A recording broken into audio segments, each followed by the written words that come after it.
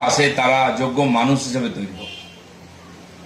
মানুষ করার জন্য মানে তাদেরকে ডিগ্রি দিয়ে উচ্চশিক্ষিত করার ব্যবস্থা সব জায়গায় আছে। ভালো ভালো স্কুল কলেজ আজকাল অনেক পয়সা খরচা করে অনেক ভালো স্টুডেন্ট পাওয়া যায়, ভালো পার্সেন্টেজ হয়। তারপরে বিদেশ যাওয়ার চেষ্টা হয়, বিদেশে যায়, তারপরে কি হয় আমরা জানি না। কিন্তু আজ ডিএভির মতো স্কুল, যেটা ইংরেজ আমলে আচার্য দয়ানন্দ সরস্বতী শুরু করেছিলেন শিক্ষার সঙ্গে সংস্কার দেওয়ার জন্য, মাতৃভাষা মাতৃভূমির প্রতি শ্রদ্ধার জন্য, সেই সংস্কার আজকেও ডিএভি ধরে রেখেছে। ভারতবর্ষের প্রায় সমস্ত রাজ্যেতে এই সংস্থার স্কুল আছে এবং সেখানে আমাদের ভারতীয় পরম্পরা সংস্কৃতি ধর্ম তার শিক্ষা দেওয়া হচ্ছে।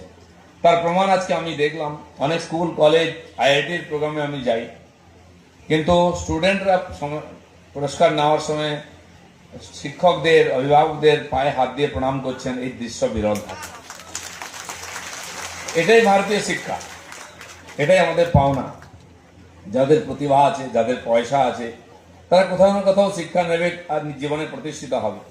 কিন্তু নিজের পরম্পরা সংস্কৃতি, নিজের অভিভাবক নিজের শিক্ষকদের কথা মনে রাখবে কিনা সন্দেহ হয়। সেই শিক্ষা আপনারা দিয়েছেন এবং ধরে রেখেছেন, তার জন্য আমি প্রিন্সিপাল এবং স্কুল পরিচালন সংস্থার পরিচালকদের আমি ধন্যবাদ জানাই, অভিনন্দন জানাই। আমাদের পশ্চিমবাংলায় কত 17টা স্কুল, এখন স্কুল 21টা স্কুল চলছে। আমি আশা করব প্রত্যেক জেলায় প্রত্যেক শহরে ডিএভি স্কুল হোক, যাতে এখানকার বাচ্চারা সেই সংস্কার পায় এবং তাদের প্রতিভার বিকাশ ঠিকঠাক হয়। যেহেতু বাংলায় আমরা আছি, এখানকার যে ভাষা বাংলা ভাষা তারও অভ্যাস যেন থাকে বাচ্চাদের মধ্যে। ইংলিশ মিডিয়াম আমরা পড়ছি, তখন ইংরেজদের সময় ছিল, ইংলিশই শিক্ষার ব্যবস্থা ছিল।